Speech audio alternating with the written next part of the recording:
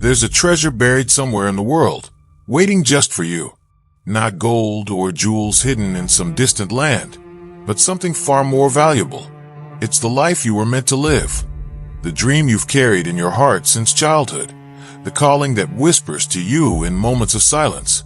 Most people spend their entire lives searching in all the wrong places. Or worse, they stop searching altogether. They convince themselves that dreams are for children, that destiny is just a fantasy, that the safe path is the only path. But what if everything you've ever wanted has been waiting for you all along? What if the universe itself conspires to help you achieve it? If only you have the courage to listen. This is the story of a shepherd boy who dared to follow a dream, and in doing so, discovered the greatest treasure of all.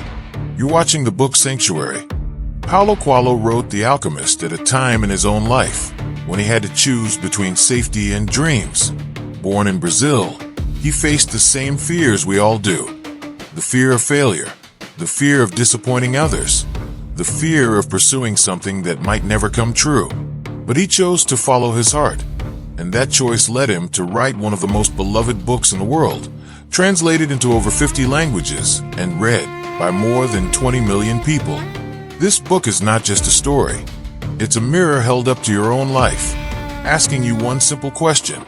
Are you living your personal legend, or have you given up on it? Through the journey of Santiago, a young shepherd who leaves everything behind to search for treasure near the Egyptian pyramids, Coelho reveals timeless truths about love, destiny, courage, and the language of the universe. By the end of this journey, you won't just understand Santiago's story. You'll understand your own. So settle in, open your heart, and let this tale remind you that it's never too late to pursue the life you were meant to live. Chapter 1: The Shepherd and the Dream. Santiago was a shepherd, not because he was born into it, not because he had no other choice, but because he chose it. His parents wanted him to become a priest, to serve God in the traditional way, to bring honor to their simple farming family. But Santiago wanted something different. He wanted to see the world, to wander freely, to meet new people and discover new places. So he told his father the truth, and to his surprise, his father understood. He gave Santiago 3 gold coins and told him to buy a flock of sheep, to go out into the fields, and to learn that their countryside was the most beautiful in the world. But Santiago knew better.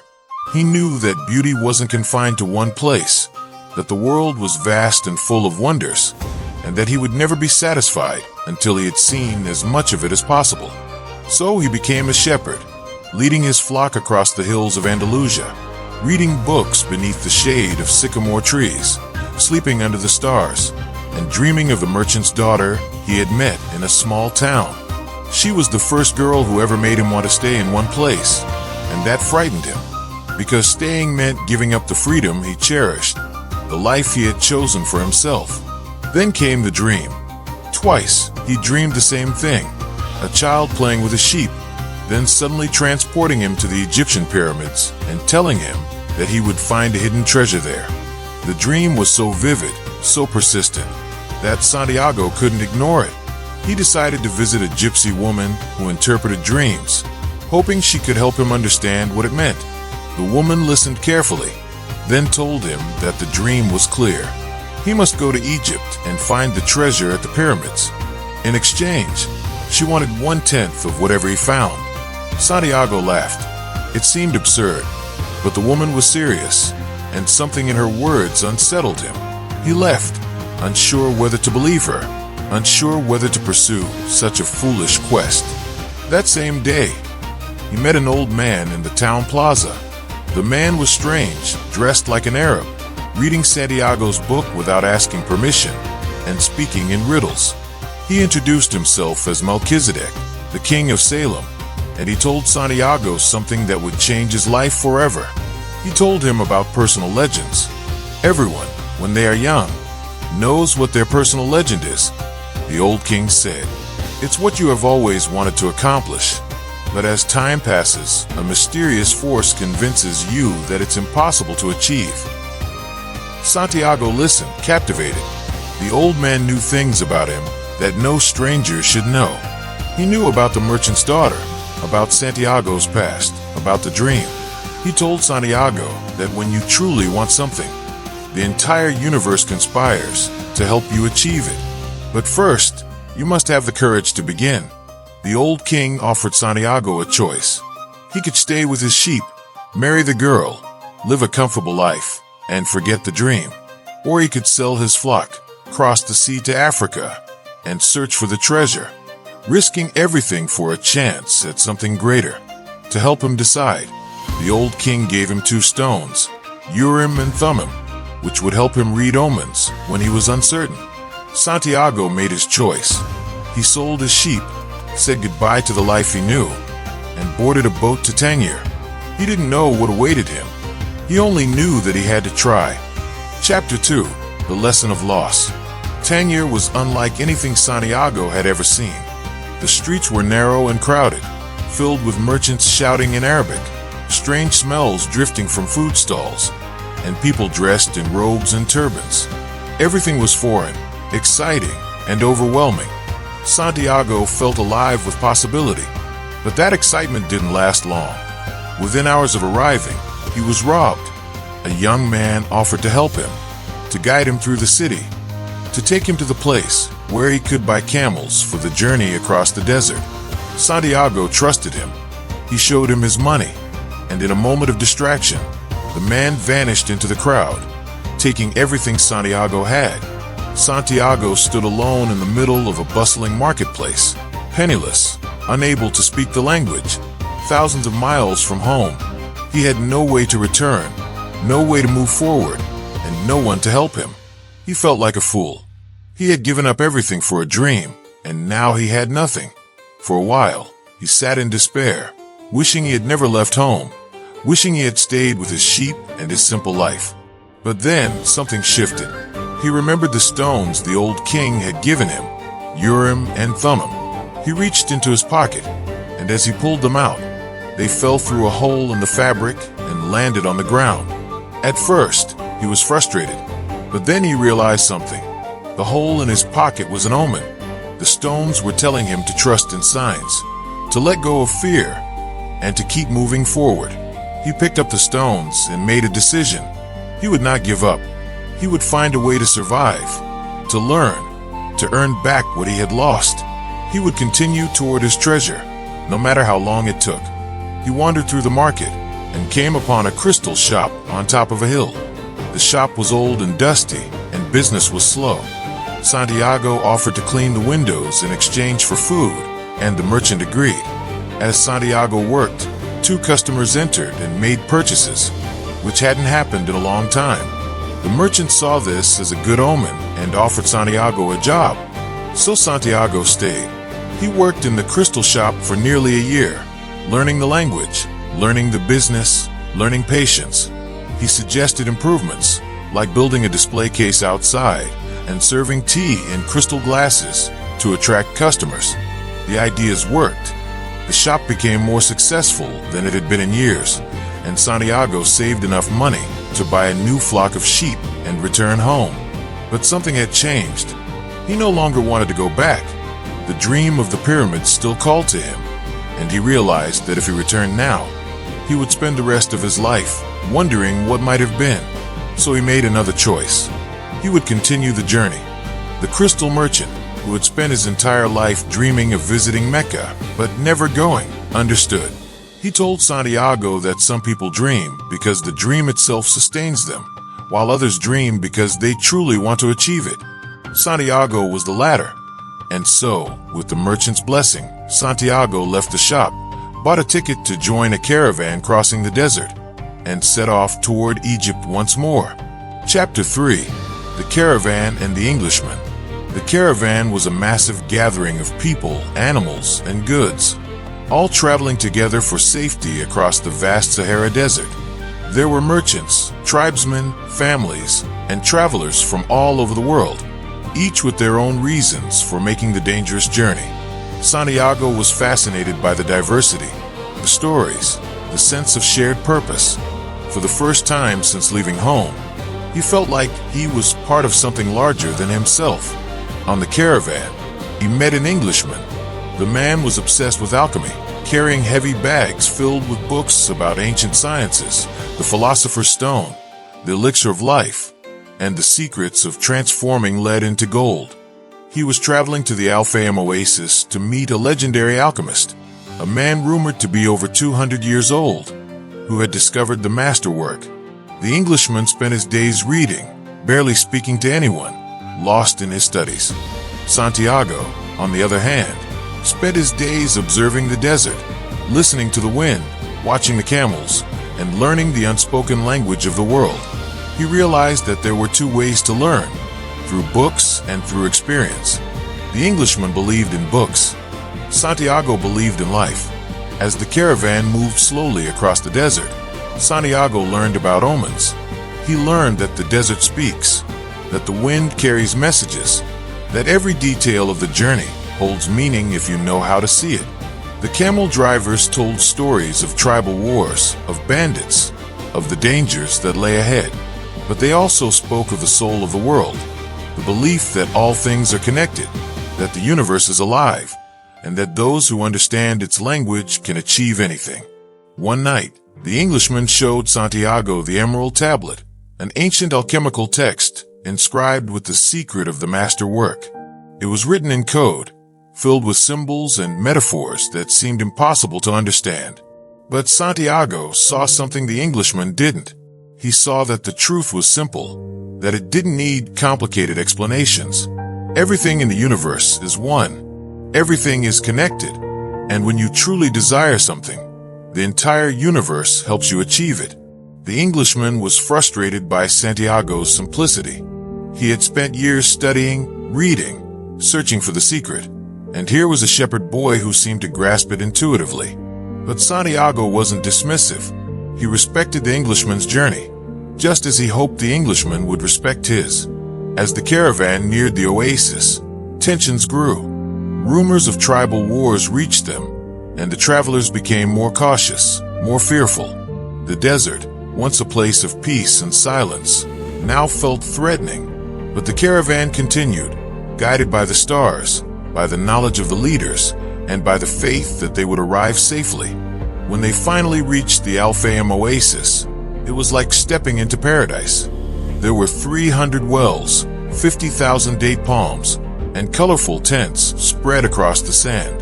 The oasis was a neutral territory, a place where warring tribes laid down their weapons and lived in peace. It was a place of refuge, of rest, of hope. And it was here in this oasis that Santiago's life would change forever. Chapter 4. Fatima and the Language of Love.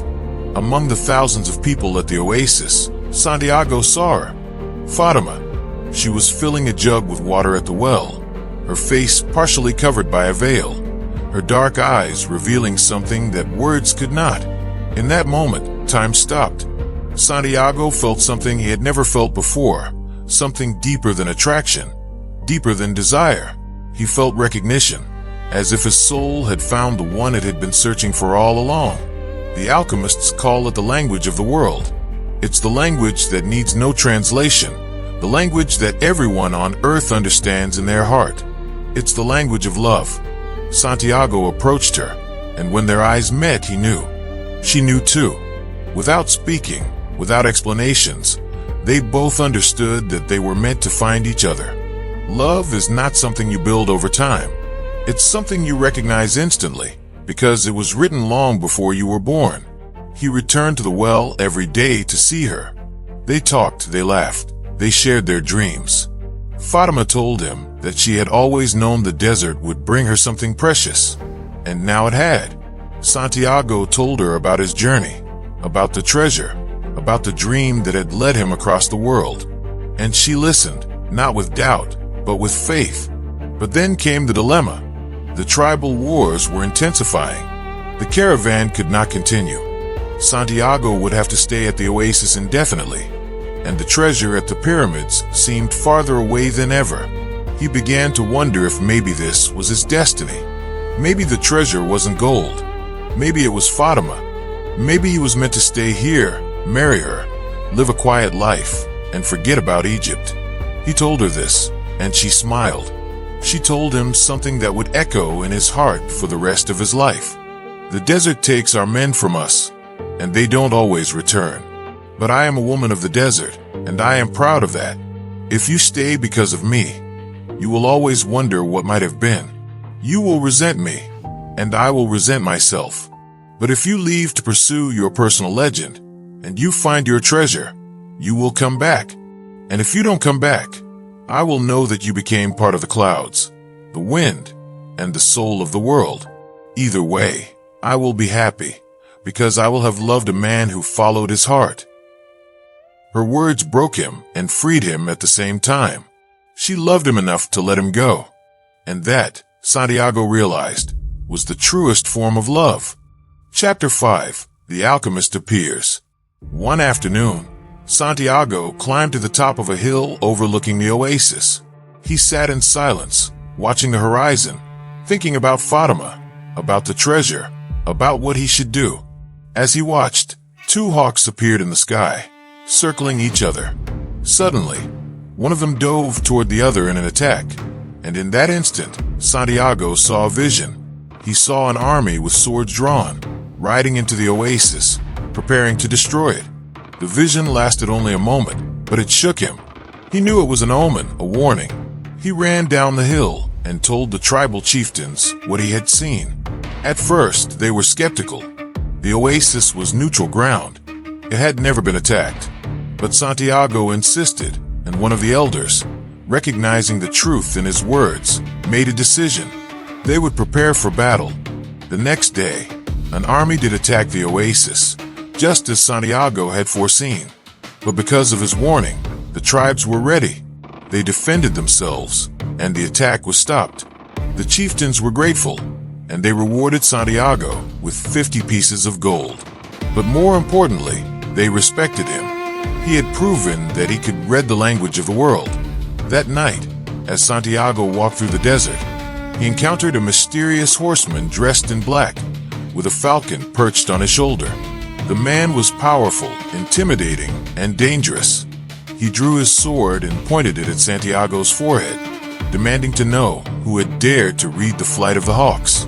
Santiago, trembling but honest, admitted it was him. He explained that he had seen a vision to save lives, that he had acted out of love for the oasis and for Fatima.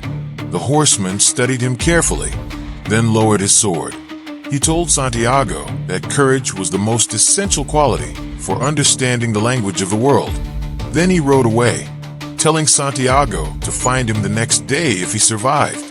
The horseman was the alchemist. When Santiago found him, the alchemist did not greet him warmly. He was distant, cryptic, testing. He asked Santiago why he was at the oasis, and Santiago explained his journey, his dream, his search for treasure. The alchemist listened without judgment, then told him something surprising. You are close to your treasure, but you must leave the oasis and continue to the pyramids. Santiago protested. The tribal wars were dangerous. The desert was unforgiving, and he had Fatima. Why should he leave when he had already found something more valuable than gold? The alchemist smiled, a knowing smile that held both compassion and challenge. He told Santiago a story about what would happen if he stayed. He would marry Fatima, build a life at the oasis, become wealthy and respected. But over time, the omens would call to him. The treasure would haunt him, and eventually, he would grow bitter, filled with regret, knowing that he had abandoned his personal legend when it was within reach. Love never keeps a man from his personal legend, the alchemist said. If it does, it's because it wasn't true love. Santiago understood. Fatima had already told him the same thing. If he truly loved her, he would finish what he started. And so, with a heavy heart and unwavering resolve, Santiago said goodbye to Fatima and set off into the desert with the alchemist. Chapter 6. Lessons of the Desert. The journey across the desert was unlike anything Santiago had experienced before. There were no caravans, no crowds, no safety in numbers. Just him, the alchemist, 2 horses, and the endless expanse of sand. The alchemist spoke little, but when he did, his words carried weight. He taught Santiago about the soul of the world, about how everything in the universe is connected, how the wind speaks to the sand, how the desert listens to the sky, and how a single grain of sand contains all the secrets of creation. He taught him that alchemy is not just about turning lead into gold. It's about transformation, about becoming the best version of yourself, about realizing your personal legend so fully that you inspire the world around you to do the same. But the greatest lesson came from within. The alchemist told Santiago to listen to his heart. At first, Santiago resisted. His heart was afraid. It spoke of all the things that could go wrong, all the dangers ahead, all the reasons to turn back. It reminded him of Fatima, of the comfort of the oasis, of the sheep he once had, of the life he could have lived. The alchemist told him that fear is natural, that the heart speaks of fear because it doesn't want to suffer. But he also told him that the heart is wise, that it knows the way to the treasure, and that if Santiago learned to trust it, it would never betray him. So Santiago listened, and slowly, his heart began to change. It stopped warning him and started encouraging him. It told him stories of courage, of love, of the strength he had shown along the way.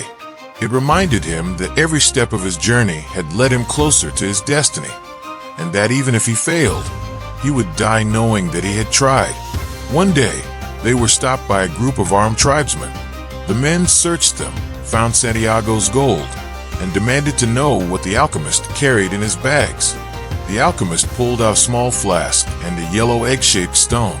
He told them it was the elixir of life and the philosopher's stone, the greatest treasures of alchemy. The tribesmen laughed, thinking he was joking, and let them go. Later, Santiago asked why the alchemist had told them the truth. The alchemist smiled and said, "When you possess great treasures within you and try to tell others of them, seldom are you believed." As they neared the pyramids, they encountered another group of tribesmen, and this time, the situation was far more dangerous. The men accused them of being spies and threatened to kill them. The alchemist, calm and unflinching, told them that Santiago was an alchemist who could turn himself into the wind. The tribesmen gave him 3 days to prove it, or they would both die. Santiago was terrified. He had no idea how to turn himself into the wind. But the alchemist simply told him, "You'll figure it out. You know everything you need to know." Chapter 7, Becoming the Wind. For 2 days, Santiago did nothing but think. He climbed to the top of a cliff and stared at the desert, trying to understand what the alchemist meant. How could he, a simple shepherd, become the wind? On the 3rd day, with the tribesmen watching, Santiago began to speak. But he didn't speak to the men. He spoke to the desert. He asked the desert for help, and the desert asked him, "What is love?" Santiago explained that love is what makes the falcon hunt, what makes the game thrive, what makes the cycle of life continue. The desert understood, but said it could not help him alone. He would have to ask the wind. So Santiago spoke to the wind. He told the wind about Fatima, about how love drives him forward, about how he wants to return to her. The wind was moved, but it too said it could not turn him into the wind. He would have to speak to the sun. So Santiago spoke to the sun. He told the sun about the soul of the world, about how everything is connected, about how love transforms everything it touches. The sun listened, but it too said it could not help him. He would have to speak to the hand that wrote all. And so, Santiago turned inward. He stopped speaking and started praying, not with words, but with his entire being. He reached into the soul of the world and felt the presence of God. He understood that he was not separate from the wind, the desert, the sun, or the universe. He was part of it all. And in that moment, he became the wind. A massive sandstorm erupted, so powerful that it shook the earth and blocked out the sun. The tribesmen fell to their knees in awe. When the storm subsided, Santiago was standing on the other side of the camp, unharmed. The alchemist smiled. He had found his perfect student. Chapter 8, The Final Test. The alchemist and Santiago continued toward the pyramids. Along the way, they stopped at a Coptic monastery, where the alchemist performed one final act of alchemy. He melted lead. added a sliver of the philosopher's stone, and turned it into gold. He divided the gold into 4 parts, one for the monk, one for Santiago to replace what he had given to the tribesmen, one for himself, and one to leave with the monk for Santiago in case he needed it later. Santiago asked, "Why give me gold when I'm about to find my treasure?" The alchemist replied, "Because you've already lost your money twice, and everything that happens twice will happen a 3rd time." Then he told Santiago a story of a Roman father whose 2 sons went separate ways, one a soldier and one a poet. An angel appeared in the father's dream and told him that one of his sons would be remembered forever. The father assumed it was the poet, but in the end, it was the soldier, a centurion who had faith and spoke the words that became immortal. "Lord, I am not worthy that you should come under my roof, but only speak a word and my servant will be healed."